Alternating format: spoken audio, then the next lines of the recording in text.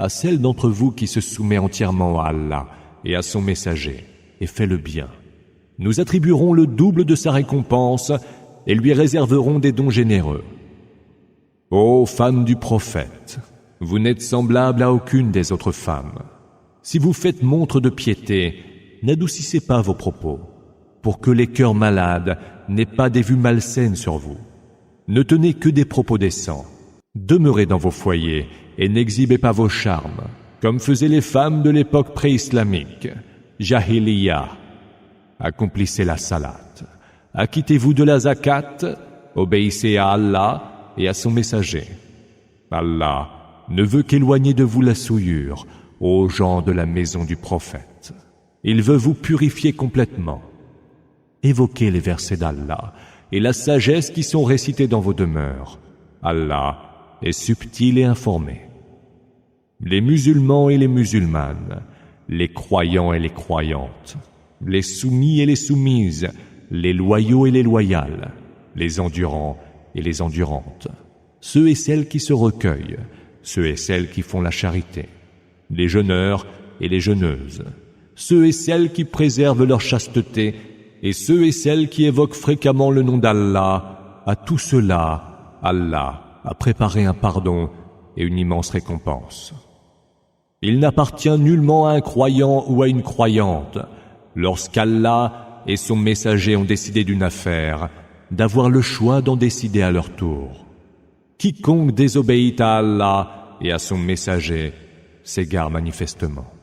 Souviens-toi, Mohammed, quand tu disais à celui qu'Allah a comblé de ses faveurs et que tu as aussi comblé des tiennes, garde auprès de toi ton épouse et crains Allah.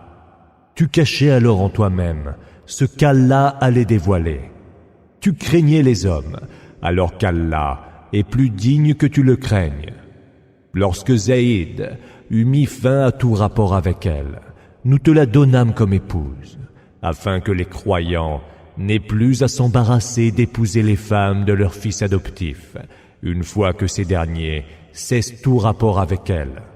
L'arrêt d'Allah doit être ainsi accompli.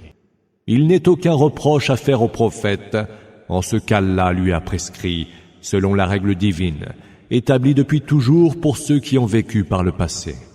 L'ordre d'Allah est un arrêt inéluctable. Ceux qui transmettaient les messages d'Allah craignaient Allah et ne craignaient nul autre que lui. Allah suffit pour dresser les comptes. Mohammed n'est le père d'aucun homme parmi vous, mais il est le messager d'Allah et le sceau des prophètes. Allah est de toutes choses omniscient. Ô vous qui avez cru, évoquez Allah fréquemment. Rendez-lui gloire, matin et soir. C'est lui qui répand sur vous ses bénédictions, ainsi que ses anges, pour vous faire sortir des ténèbres vers la lumière. Et il est, envers les croyants, tout miséricordieux.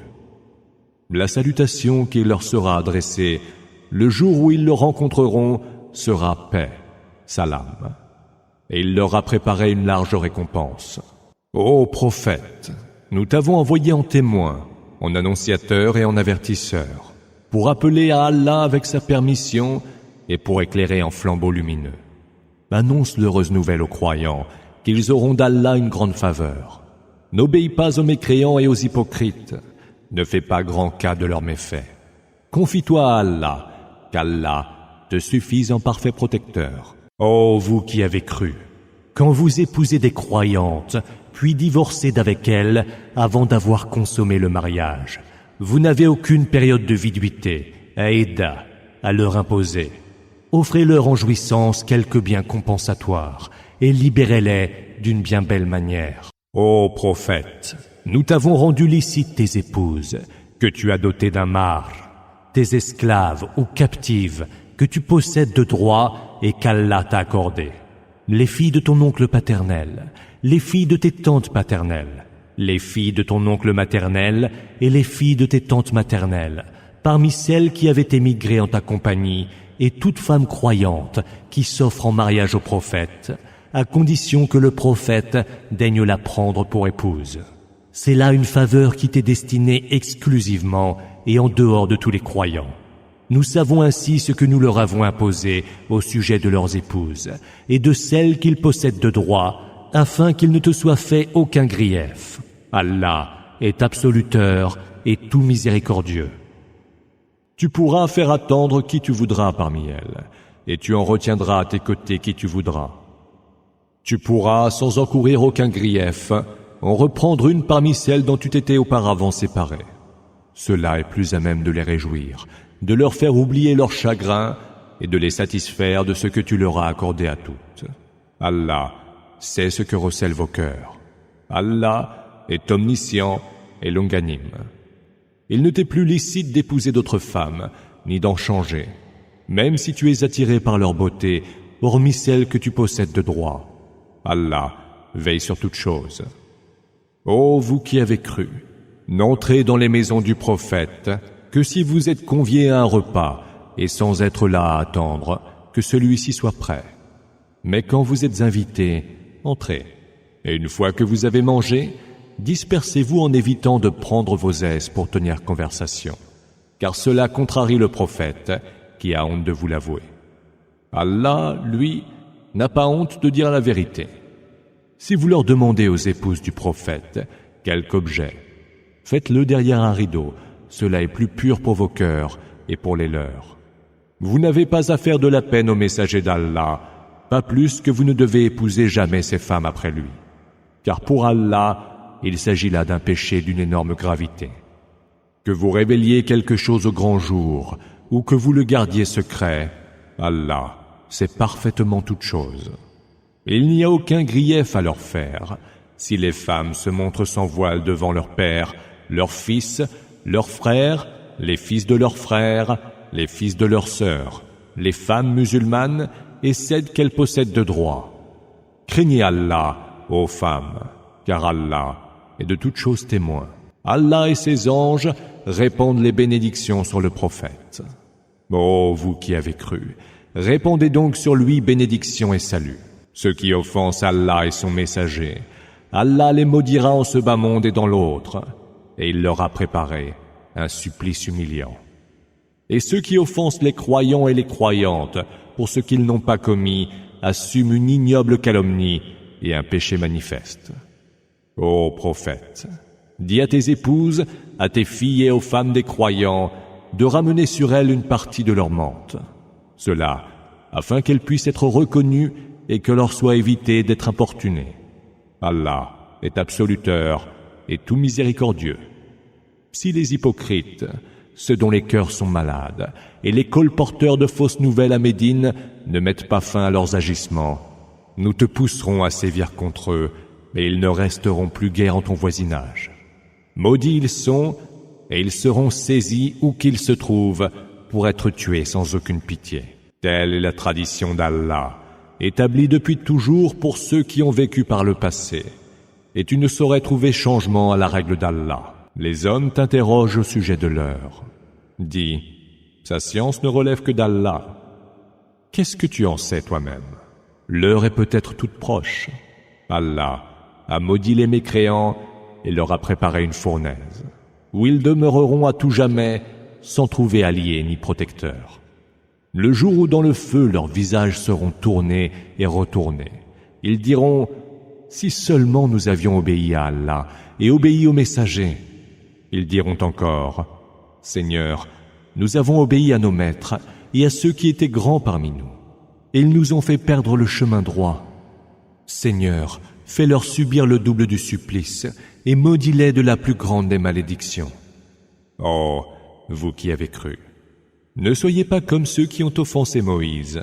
Allah l'a innocenté de leurs allégations, et il était auprès d'Allah tenu en très haute estime.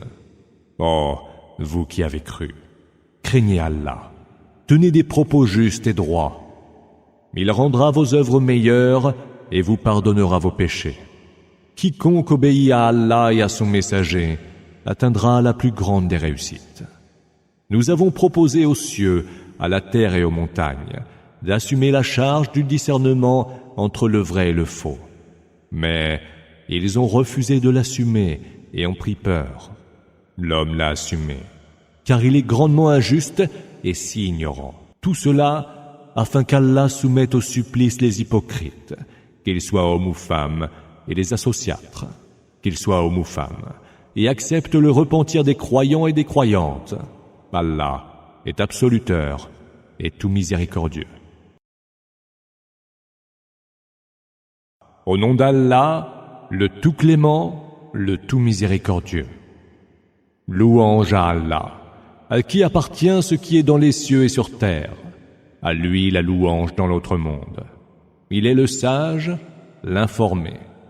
Il sait ce qui entre dans la terre et ce qui en sort, ce qui descend du ciel et ce qui y monte. Et c'est lui, le tout miséricordieux, l'absoluteur. Ceux qui ont mécru disent, « L'heure ne viendra pas pour nous. » Dis, que si, par mon Seigneur, vous la verrez certainement venir. Allah est celui qui connaît l'inconnaissable, Ghaib, à qui rien ne peut échapper, fût-ce le poids d'un atome dans les cieux ou sur terre. Il n'est rien de plus petit ou de plus grand qui ne soit consigné dans un livre explicite. Et ce, afin qu'il récompense ceux qui ont cru et ont accompli les bonnes œuvres. Ceux-là auront pardon et don généreux. Quant à ceux qui s'emploient à rejeter nos versets pour les rendre sans effet, ceux-là subiront le plus douloureux des tourments. Ceux qui ont reçu la science voient bien que ce qui est descendu en révélation vers toi de la part de ton Seigneur est la vérité et qu'il guide vers la voie du Tout-Puissant, le digne de louange. Ceux qui ont mécru disent, « Voulez-vous que nous vous indiquions un homme qui vous prédira qu'une fois décomposé en infimes parties, vous renaîtrez à une nouvelle création? Débite-t-il donc des mensonges sur le compte d'Allah, ou est-il atteint de démence? Non, ceux qui ne croient pas en l'autre monde seront soumis au supplice et iront loin dans l'égarement. Ne voient-ils donc pas ce qu'il y a devant et derrière eux du ciel et de la terre? Si nous voulions, nous ferions se dérober sous eux la terre pour qu'ils y soient engloutis, ou ferions tomber sur eux des pans du ciel. Il y a certes là un signe pour tout serviteur repentant. À David, il est venu de nous une faveur. Ô montagne, entonnez avec lui les louanges, et vous aussi, oiseaux. Nous lui avons rendu malléable le fer, et nous lui dîmes, fais-en des jaserans, tâche que les mailles en soient bien serrées. Accomplissez les bonnes œuvres, car je vois parfaitement ce que vous faites. À Salomon, nous avons soumis le vent dont le parcours du matin équivaut à la distance d'un mois de marche, et celui du soir à une distance similaire. Nous avons aussi fait couler pour lui la source de l'air infondu. Parmi les djinns, il en est qui s'étaient mis à son service, avec la permission de son Seigneur. Ceux d'entre eux qui contrevenaient à nos ordres devaient goûter au supplice de la fournaise. Ils édifiaient pour lui tous les ouvrages qu'ils voulaient, des sanctuaires, des statues, des plateaux grands comme des bassins et d'énormes chaudrons solidement installés. Ô vous, famille de David, travaillez et me rendez grâce. Mais bien peu de mes serviteurs sont reconnaissants. Quand nous eûmes décidé sa mort, seules les petites bêtes de terre leur indiquèrent qu'il était mort, après qu'ils eurent rongé son bâton d'appui. Lorsqu'il s'écroula devant eux, les djinns se rendirent compte que s'ils avaient la science de l'inconnaissable, Ghaib, ils n'auraient pas supporté plus longtemps le supplice de l'avilissement. Il y avait pour le peuple de Saba, en leur pays, un signe, 2 jardins, sur la droite et sur la gauche. Nourrissez-vous, leur était-il dit, des biens dispensés par votre Seigneur, et soyez lui reconnaissants. Un pays si heureux et un Seigneur si absoluteur. Mais ils se détournèrent.